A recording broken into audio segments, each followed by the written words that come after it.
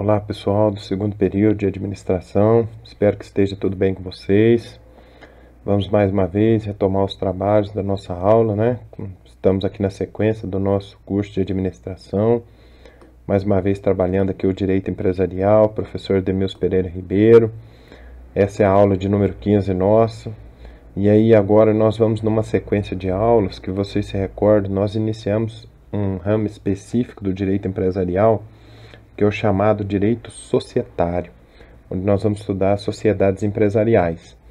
Iniciamos na aula 13 e aí na sequência aula 14 e 15 nós estamos trabalhando os tipos de sociedades empresariais, essa é a parte 2. Aqui começa aquela teoria em quadros, né, os quadrinhos, para que vocês possam visualizar bem a matéria. Então sabemos que nós temos dois grandes grupos de sociedades empresariais no direito brasileiro. As sociedades não personificadas, que nós já estudamos a sociedade em comum e a sociedade em conta de participação. E aí nós começamos o estudo das sociedades personificadas, né? Que são aquelas que têm autonomia patrimonial, que tem também, como nós falamos ali, autonomia negocial, elas podem por si só realizar os seus negócios empresariais. Muito bem. Aí nós começamos a trabalhar o estudo da sociedade simples, não é, pessoal? E aí, quando nós estávamos estudando ali a respeito da sociedade simples, nós estávamos analisando alguns aspectos importantes e vamos continuar aqui. Bom, então nós estamos no 5.4, né? Levando em consideração que na aula anterior, a aula 14, nós estávamos trabalhando aqui nesse ponto. A chamada seção das cotas sociais. As cotas sociais, para quem não se recorda, elas são os ativos financeiros que corporificam o direito de uma pessoa, que uma pessoa tem de ser sócio de uma sociedade. E isso pode variar em termos percentuais. Então nós vamos ver que tem sócio que tem uma cota percentual diferente do outro, tem sociedade que não tem essa diferença. Nesse sentido, então, o que nós vamos ver aqui? A seção das cotas sociais, ela serve para viabilizar o que? A transferência. E aí essa transferência pode ser total, pode ser parcial, desse direito de ser sócio a um terceiro interessado. E aqui lembrem do nosso vocabulário, hein? Aqui o interessado, quem está cedendo a cota é o cedente, quem está comprando a cota é o cessionário. Em todo caso, eu quero que vocês raciocinem o seguinte, nós temos a chamada cessão total e a cessão parcial. E essa cessão, ela deve obedecer a dois requisitos, que é muito importante que vocês destaquem. O primeiro requisito, marcante aqui, é o consentimento dos demais sócios. O segundo requisito é a modificação do contrato social, com a forma de informar que houve alteração no quadro societário daquela empresa, ok? E aí uma coisa importante é o seguinte, a gente precisa perguntar aqui a respeito da responsabilidade. Então, como fica a responsabilidade do sócio cedente e como fica a responsabilidade do cessionário? O artigo 1003 do Código Civil, ele responde isso para a gente, dizendo que a cessão, que pode ser total ou parcial de uma cota, sem correspondente modificação do contrato social, com o consentimento dos demais sócios, que nós vimos ali que é um requisito, não terá eficácia quanto a estes e à sociedade, ok? Aí o parágrafo único diz que até 2 anos, então nós temos prazo aqui, ó, até 2 anos depois de averbada a modificação do contrato, responde o cedente solidariamente, então a responsabilidade é solidária, eles vão responder conjuntamente, com o cessionário perante a sociedade e terceiros pelas obrigações que tinha como sócio. Aí o artigo 1025 do Código Civil também nos esclarece que o sócio, admitido em sociedade já constituída, não se exime das dívidas sociais anteriores à admissão. Então aqui fica evidente que ele responde, ele não pode se eximir, não pode deixar de lado. Bom, então de acordo com o parágrafo único do 1003, o que eu quero comentar com vocês aqui? Respectivamente é o seguinte, o sócio ele responde por todas as dívidas que foram contraídas pela sociedade até a averbação da modificação do contrato, durante o período de 2 anos. Então esse é o marco temporal e a partir daqui 2 anos. Então, trata-se de uma obrigação de natureza solidária, podendo os eventuais credores exequentes, ou seja, aqueles que vão querer receber as dívidas, demandarem tanto o sócio cedente quanto o cessionário pelo valor total das dívidas. Tá certo, pessoal? Durante esse tempo. É importante lembrar o seguinte: a averbação da modificação do contrato social ela é feita no cartório de registro de pessoas jurídicas, porque nós não estamos aqui diante de uma empresa que tem um registro na junta comercial, ok? O 5.5 ele pergunta ali o seguinte: é possível a penhora das cotas sociais? Nós vamos sempre procurar a resposta na lei e a resposta na jurisprudência, né? O STJ, Superior Tribunal de Justiça, ele permite a penhora. Então, considerando a natureza jurídica de bem móvel atribuída às cotas sociais, é inegável que elas compõem o patrimônio do devedor, que é a garantia geral dos credores. Isso a gente tem no artigo 789 do Código de Processo Civil. E corrobora esse entendimento a previsão contida no inciso 9º do artigo 835 do Código de Processo Civil, bem como a não inclusão das cotas sociais no rol de impenhorabilidades do artigo 833. Então, é possível a penhora das cotas sociais? Sim, o STJ permite. Além disso, toda a legislação processual civil caminha nesse sentido, permitindo, sendo esse aqui patrimônio do devedor, logo serve de garantia. Não é arrolado como bem impenhorável, então é evidente que vai servir de garantia. Bom, vamos falar um pouquinho então aqui do item 5.6 a respeito da responsabilidade do sócio, né? Vocês já aprenderam que quando nós falamos da responsabilidade, nós temos 4 palavras-chave fundamentais. A primeira é limitada, responsabilidade é limitada. O que é uma responsabilidade limitada? Quer dizer que o sócio ele não responde com seus bens sociais pelas dívidas da sociedade. Agora, e a responsabilidade ilimitada? É o contrário, né, gente? Aí o sócio responde com seus bens sociais pelas dívidas da sociedade. Outro aspecto que a gente tem que observar é a diferença entre a responsabilidade subsidiária e a responsabilidade solidária. Na responsabilidade subsidiária, o patrimônio do sócio ele só fica suscetível à execução depois de esgotados os bens penhoráveis da sociedade. Já quando a gente trabalha aqui a responsabilidade solidária, o que a gente tem? O credor ele pode cobrar a totalidade da dívida, tanto da sociedade quanto do sócio. Então lembre-se bem, que vem uma atenção muito importante. O contrato social da sociedade simples, que é o tipo societário que nós estamos estudando, né, a sociedade simples.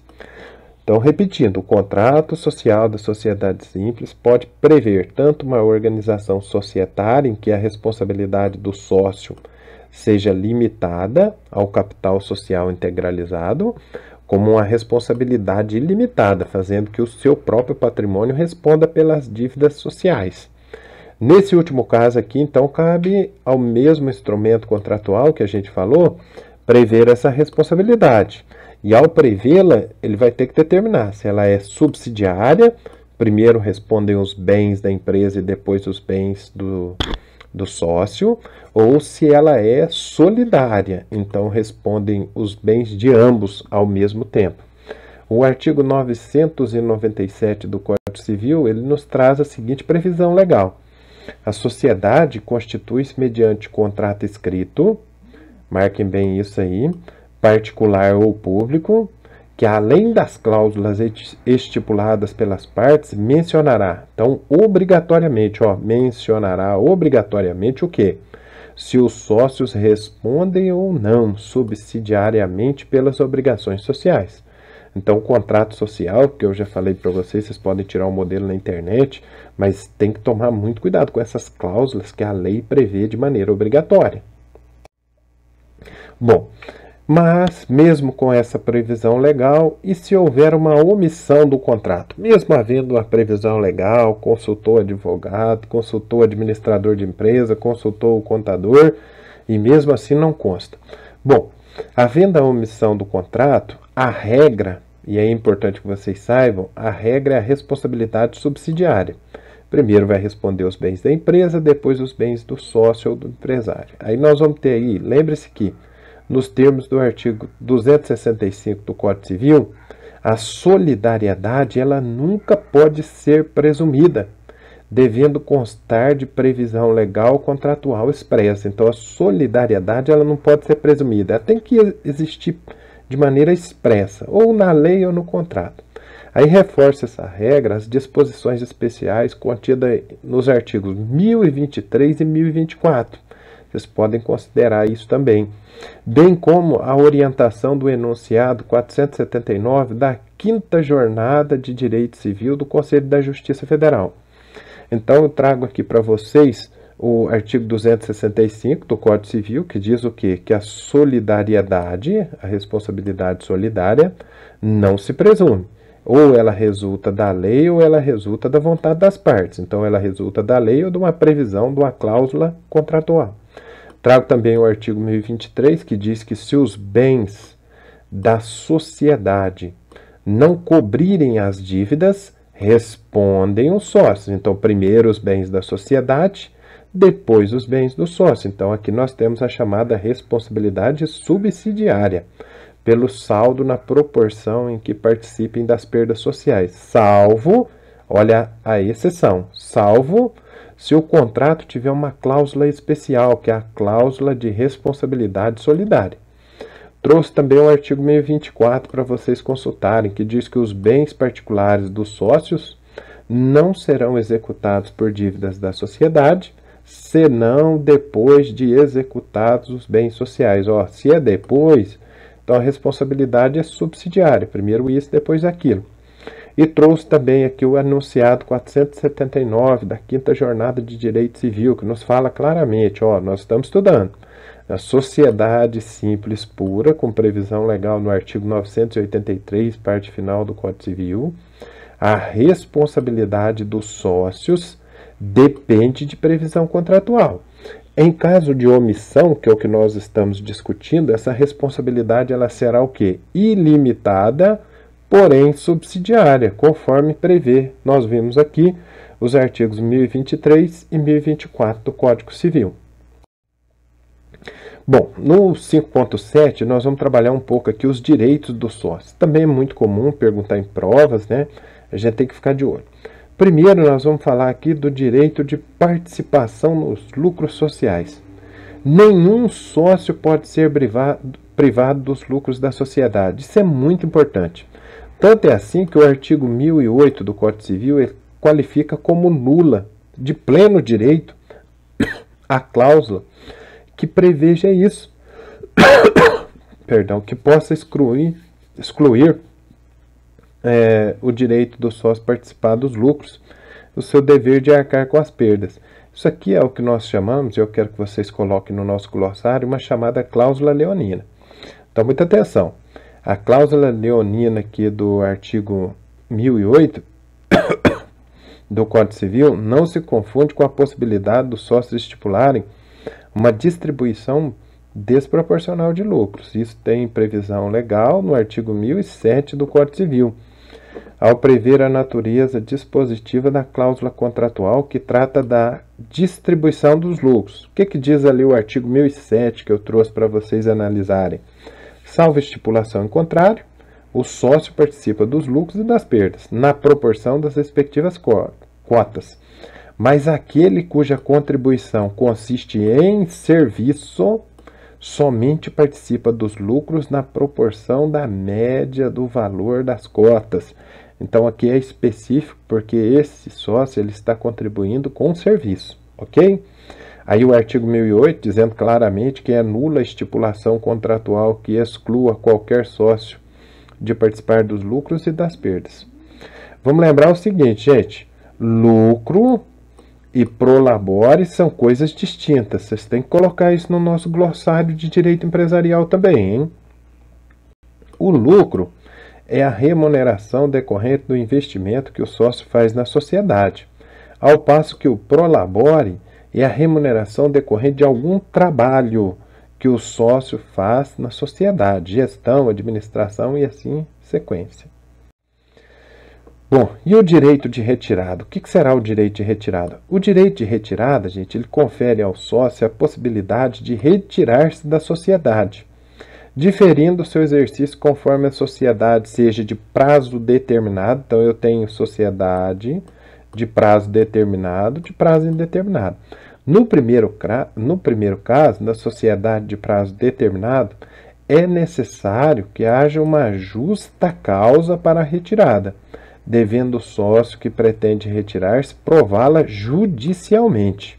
Já no segundo caso, que é onde nós temos ali a sociedade de prazo indeterminado, basta que o sócio notifique os demais sócios com antecedência mínima de 60 dias. Cuidado com o prazo, 60 dias. Então, o que diz o artigo 1029 que eu trouxe aqui para vocês? Além dos casos previstos na lei ou no contrato, qualquer sócio pode retirar-se da sociedade. Aí tem a palavrinha-chave, sociedade. Se essa sociedade for uma sociedade de prazo indeterminado, mediante a notificação dos demais sócios, com antecedência mínima de 60 dias. Se ela for uma sociedade de prazo indeterminado, provando judicialmente a justa causa. O parágrafo único diz claramente aqui, traz mais um prazo, nos 30 dias subsequentes à notificação, podem os demais sócios optarem pela dissolução da sociedade. Isso fica uma opção para os sócios, ok? Bom, agora que nós vamos ver na letra C, o chamado direito de exclusão do sócio. Aqui eu tenho duas situações e eu quero que vocês raciocinem comigo. A primeira situação, nós já sabemos, é o sócio remisso, que está a previsão dele lá no artigo 1004 do Código Civil. O sócio remisso, pessoal, é aquele que está em situação de inadimplência em relação à sociedade por não ter integralizado o capital inicialmente subscrito. Isto é, ele não ter pago o valor atribuído ao percentual das suas cotas. Então, ele entrou numa sociedade, prometeu pagar determinado valor, X valor, mas não pagou. Né? Ele prometeu, ele subscreveu, mas ele não integralizou. Agora, o artigo 1004 aqui, claramente, para vocês verem, os sócios são obrigados, na forma e no prazo previsto, às contribuições estabelecidas no contrato social. E aquele que deixar de fazê-lo nos 30 dias seguintes da notificação pela sociedade, responderá, presta bem atenção, é responsabilidade perante esta pelo dano emergente da mora. Então, o que surgir dessa situação aqui, da demora dele fazer isso, o parágrafo único diz claramente ali que, verificada a mora, poderá a maioria dos sócios preferir a indenização é exclusão do sócio remisso. Então está aqui, o sócio remisso ele pode ser excluído. Ou reduzir a cota ao montante já realizado. Aplicando-se em ambos os casos, nós temos outra situação. Situação 2. Falta grave ou incapacidade superveniente. Está no artigo 1030. Então veja, se a sociedade for de pessoas, na qual a característica subjetiva do sócio é indispensável para o negócio, lembra que a sociedade de pessoa é aquela que é muito importante saber quem são os sócios. Do contrário, sendo a sociedade uma sociedade de capital, aquela como, por exemplo, a sociedade anônima, que não importa as características pessoais do sócio, mas simplesmente o patrimônio que ele investe na sociedade, tudo bem. Então, o artigo 1030 é bem esclarecedor nesse sentido, né, nos permitindo dizer aí que esse aspecto é muito importante, definir se é uma sociedade de capital ou sociedade de pessoa, porque assim eu defino o destino do sócio remisso. Direito de participar das decisões da sociedade. Gente, isso é muito importante. As deliberações da sociedade, elas podem ser tomadas tanto em reunião quanto em assembleia. Vocês vão ver que essas palavrinhas também são muito importantes. Reunião, diferente de assembleia. Tanto em um caso quanto em outro, é preciso observar o que nós chamamos de quórum de aprovação. Esse quórum de aprovação ele se refere à maioria do capital social. Olha o que diz o artigo 1010 do Código Civil. Quando por lei ou por contrato competir aos sócios decidir sobre negócio da sociedade, as deliberações serão tomadas pela maioria de votos, contado segundo o valor das cotas de cada um. Então tem uma proporção em relação ao valor das cotas. Aí vem uma perguntinha, quando há empate? Gente, havendo empate, a preferência é pela decisão que obteve o voto de mais sócios, tá certo? Se a quantidade dos sócios, porque primeiro é o valor das cotas, proporção do valor das cotas, e depois a quantidade de sócios que tiver optado pelas soluções em conflito for a mesma, aí a palavra final fica ao juiz. Então nós tivemos um empate, critério de desempate não deu e fica o juiz. Quem prevê isso é o artigo 1010, que diz aqui, principalmente quando nós estamos falando aqui, olha, ó, parágrafo 1º, para a formação da maioria absoluta, que é o primeiro número inteiro após a metade, né? Então, por exemplo, de 100%, 51%, maioria absoluta, são necessários votos correspondentes de mais da metade do capital. Prevalece a decisão sufragada pelo maior número de sócios e, no caso de persistir o empate, quem decide é o juiz. Bom, mas nós temos exceções, né? Como sempre, o direito é cheio de exceções. A primeira exceção que eu queria trazer aqui para vocês é a chamada modificação do contrato social. Ela exige unanimidade. Então, frisem comigo, a modificação do contrato social não pode ser feita por maioria absoluta. Ela é feita por unanimidade. Onde está isso aqui, gente? No artigo 999 do Código Civil, que diz o quê? As modificações do contrato social que tenham por objeto as matérias indicadas no artigo 997, elas dependem do consentimento de todos os sócios. As demais, elas podem ser decididas pela maioria absoluta dos votos, se o contrato não determinar uma deliberação unânime, ok? Aí o parágrafo único diz claramente ali, ó, qualquer modificação do contrato social será averbada. Então, olha, precisa de averbação, cumprindo as formalidades previstas no artigo que nós estamos estudando e o precedente. A decisão para a venda de imóveis é por maioria de sócios e não por maioria do capital social, que é outra pegadinha também. Então, normalmente, a maioria é o capital social. Mas quando se tratar de venda de imóveis, ali a maioria é de sócios. Então, olha o que diz o artigo 1015. No silêncio do contrato, os administradores podem praticar todos os atos pertinentes à gestão da sociedade, não constituindo objeto social. A oneração, a venda de imóveis, depende da maioria dos sócios e não da maioria do capital. Vamos fazer essa distinção aí, gente. Bom, agora chegamos num ponto aqui que importa muito para vocês, que é a figura do administrador, né? A primeira coisa é a nomeação. A nomeação do administrador, ela ocorre no contrato social ou em ato separado. Fique de olho nisso aqui. Tem duas formas de nomeação do administrador da empresa. Nós temos o contrato social ou ato separado. O ato separado, o maior exemplo é a ata de assembleia. Esse administrador, ele pode ser um sócio ou não sócio. Após o Código Civil de 2002, ambos, tanto sócio como não sócio, podem ser administradores, sendo até mesmo preferível que sejam contratados administradores profissionais não sócios. Essa é a grande preferência, porque torna a administração mais técnica, mais impessoal.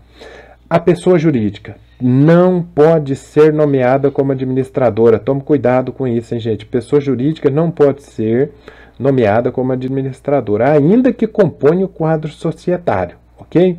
Olha o que diz o artigo 997. A sociedade constitui-se mediante contrato escrito, particular ou público, que além das cláusulas estipuladas pelas partes, mencionará, número 1, nome, nacionalidade, sociedade, a qualificação do sócio, como nós dissemos. Número 6, as pessoas naturais incumbidas da administração. Então, aqui estamos falando em pessoas naturais, não fala em pessoa jurídica, ok, pessoal? Bom, lembre-se então, na omissão do contrato, todos os sócios irão administrar a sociedade. É o que fala o artigo 1013, que diz que a administração da sociedade, nada dispõe do contrato social, compete separadamente a cada um dos sócios.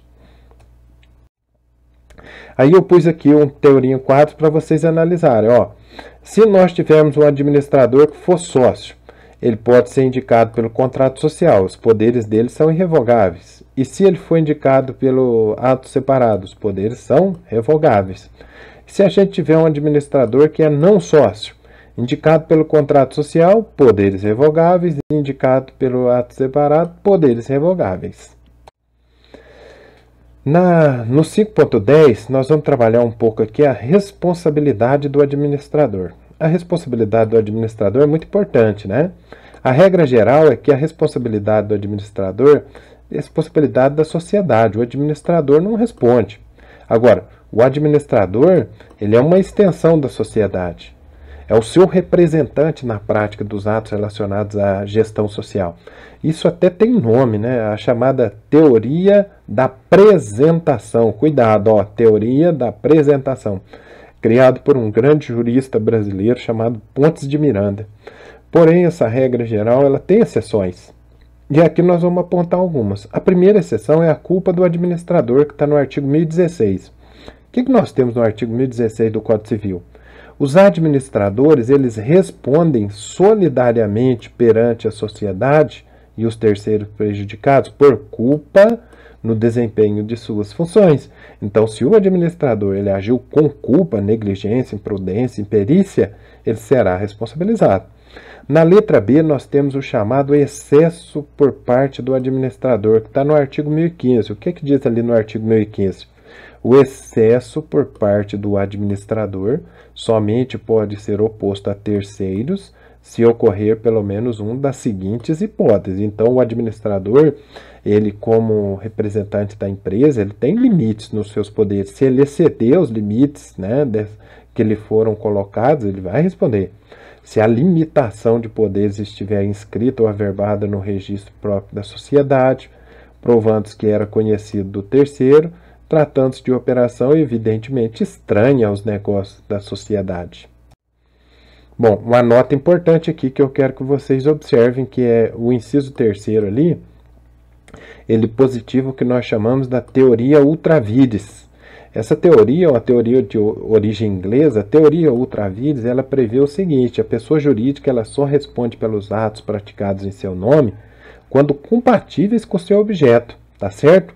Isso é muito importante, porque na contramão da teoria ultra vires, há a chamada teoria da aparência, segundo a qual são válidos os atos praticados em nome da sociedade, ainda que a possibilidade da prática desses atos não esteja prevista em contrato, ou seja, estranha aos negócios da sociedade, desde que perante terceiros que contratem com a sociedade. E aí eu trouxe aqui para vocês o enunciado 11 da Jornada de Direito Comercial, que esclarece bem, dizendo: a regra do artigo 1015, parágrafo único do Código Civil, ela deve ser aplicada à luz da chamada teoria da aparência, ou teoria do primado da boa-fé objetiva, de modo que é para prestigiar a segurança do tráfico negocial. As sociedades elas se obrigam perante terceiros de boa-fé. Então, se você chegou de boa-fé numa loja para comprar do vendedor de uma determinada loja, está no lugar, com o uniforme, a aparência de que ele realmente representa aquela loja. Então, se você faz essa compra e venda ou qualquer ato ali, você não pode ser prejudicado por isso, porque você é um terceiro de boa-fé. Bom, a dissolução. Importantíssimo a gente ver a dissolução, né, gente? A dissolução da sociedade, ela pode ser parcial, quando um ou mais sócios saem da sociedade, sem que esta seja extinta, ou total, presta atenção, quando há encerramento das atividades, operando-se a extinção. Então, quando nós falamos da dissolução da sociedade, nós temos a dissolução parcial e a dissolução total. As hipóteses de dissolução parcial, que eu quero que vocês observem, que são sempre perguntadas, a primeira hipótese é a vontade do sócio, né? Essa é a modalidade de dissolução consensual, na qual os demais sócios eles não resistem à saída do sócio que pretende sair. A letra B, nós temos aí o que nós já havíamos falado, o direito de retirada, que é aquela modalidade de dissolução não consensual, na qual os demais sócios eles resistem à saída do sócio que pretende desligar-se do quadro societário, devendo esse último exercer o seu direito de retirada. A letra C é o que nós chamamos de exclusão do sócio. Ocorre nos casos em que nós temos ali falta grave ou remissão. Na letra D é o falecimento ou a morte do sócio, está no artigo 1028. A regra geral é que a morte de um sócio implica na liquidação da sua cota. apurando-se os valores dela decorrente e depositando em juízo nos autos do processo de inventário, se houver. Porém, gente, analisa comigo, nada impede que o herdeiro, querendo, ele ingresse na sociedade, desde que haja previsão desta possibilidade no contrato social e o assentimento, né, ou a concordância dos demais sócios. Temos também a questão da falência do sócio, né, e não da sociedade, veja bem, então nós temos um sócio que é uma pessoa jurídica, faliu, então vai ter que sair, né. A liquidação da cota a pedido do próprio credor, então o enunciado número 13 da primeira jornada de direito comercial diz que a decisão que decretar a dissolução parcial da sociedade, ela deverá indicar a data de desligamento do sócio e o critério de apuração dos haveres, não é? Como é que vai ser levantado esse valor? Aí quando a gente fala em apuração de haveres aqui, eu quero que vocês lembrem que a apuração de haveres equivale à avaliação do montante que deve ser pago ao sócio no caso da sua retirada. Esse critério de apuração de haveres, ele é definido pelo contrato social, sendo que nos casos de omissão do contrato social, a gente vai aplicar a regra geral, que está prevista no artigo 1031 do Código Civil. O que diz o artigo 1031 do Código Civil? Nos casos em que a sociedade se resolver em relação a um sócio, o valor da sua cota, considerada pelo montante efetivamente realizado, liquidar-se-á. Então, se vai sair, vai liquidar aquele valor. Salvo, nós temos aqui uma exceção, a disposição contratual em contrário, com base na situação patrimonial da sociedade à data da resolução, verificada em balanço especialmente. Então, se a saída daquele sócio for prejudicar profundamente a empresa, nós temos que avaliar essa situação. Então, o parágrafo 1º diz que o capital social, destaquem bem comigo, sofrerá a correspondente redução, salvo se os demais sócios suprirem o valor da cota. E o parágrafo 2º diz que a cota liquidada ela será paga em dinheiro no prazo máximo de 90 dias a partir da liquidação, salvo acordo ou estipulação em contrário entre os sócios. Ok, pessoal? E a dissolução total? A dissolução total também ela é bem importante. Nós vamos ter dissolução total pela vontade do sócio, que coincide, como nós falamos ali atrás, pelo decurso do prazo. Aí, muito importante a gente fazer um lembrete aqui, ó. Quando a gente fala em decurso do prazo, vai acontecer alguns aspectos. Eu quero destacar aqui o contrato de locação por prazo determinado, em que a permanência do locatário no imóvel sem a oposição do locador, ela opera a prorrogação do contrato. Então, isso é importante a gente definir. Temos a dissolução total também na falência, que a gente vai estudar, na unipessoalidade, né, que é uma sociedade que tinha 2 sócios, morreu um, e tem 180 dias para adquirir um novo sócio, senão ela vira uma sociedade unipessoal. Nós temos também na letra E, extinção de autorização para o funcionamento, está no artigo 1033, então se aquela sociedade ela precisa de uma autorização do poder público para funcionar e essa autorização ela é extinta de alguma maneira, então naturalmente com a extinção daquela autorização ocorre a dissolução total da sociedade. Seguindo aqui ainda nós temos aqui o caso da anulação do ato constitutivo, então a sociedade foi constituída, mas aí entraram com uma ação e anularam. Depois nós temos também a chamada inexequibilidade do objeto social. A inexequibilidade do projeto social ela equivale àquelas hipóteses que nós vimos que dificultam a sobrevivência da sociedade no mercado, né? Se a sociedade ela se torna inexequível, não consigo executar, continuar, então vai ocorrer a dissolução total dela. Outras hipóteses que eu quero que vocês leiam com bastante atenção, sempre dentro da lei, tá certo, pessoal? E aqui a gente está chegando já no finalzinho dessa nossa aula, no nosso índice de controle. Essas hipóteses legais é apenas para que vocês leiam, tenham uma noção mais detalhada. Aí a gente chega no final dessa aula nossa, gente, lembrando que nós estamos continuando o nosso estudo, quero que vocês continuem o caderno, façam os mapas mentais, façam os fichamentos, façam os esquemas. Quanto mais detalhado for o seu caderno inteligente de construção da matéria, melhor será para você. Ok, pessoal? Um grande abraço, fiquem com Deus, até a próxima, estudem bastante, saibam que todo o nosso esforço sempre é recompensado na nossa vida.